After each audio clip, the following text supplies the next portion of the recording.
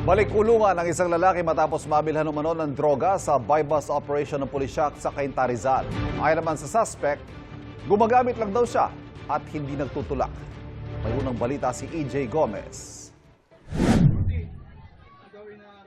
Arestado ang 24 anyos na lalaking ito na sospek sa pagbebenta ng ilegal na droga sa Cainta, Rizal. Nabilhan siya ng hinihinalang shabu ng isang pulis na nagpanggap na buyer sa buy-bust operation sa barangay San Juan, Cainta, Rizal madaling araw nitong linggo. Pumalagang sospek na kinilalang si alias Toti ayon sa pulisya. Nung kinasa natin yung buy-bust operation, nagkaroon pa ng konting hamulan dahil binangga niya yung ating pusher buyer nung malaman niyang ito ay ating isang polis.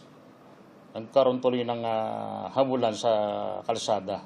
Nakumpiska sa sospek ang 6 na pakete ng hinihinalang shabu na tumitimbang ng humigit kumulang 5 gramo at nagkakahalaga ng 34,000 pesos. Gayon din ang isang 38 caliber pistol at 5 bala nito. 5 araw daw minonitor ang sospek na ilang taon na ring umanong nagbebenta ng ilegal na droga sa iba't ibang lugar sa Rizal ayon sa pulisya. Giit ng sospek, gumagamit lang siya at hindi nagbebenta. Di po talaga nagbebenta, gumagamit lang po ako. Pantawid yutom lang, ma'am. Ang alin? Droga, ma'am. Yung? Droga.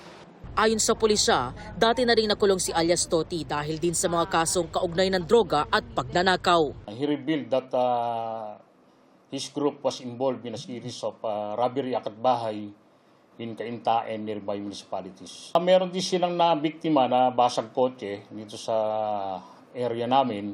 Nakakulong na ang suspect sa custodial facility ng Cainta Municipal Police Station.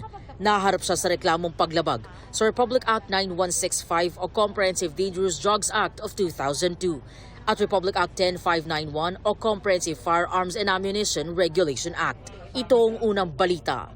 EJ Gomez para sa GMA Integrated News.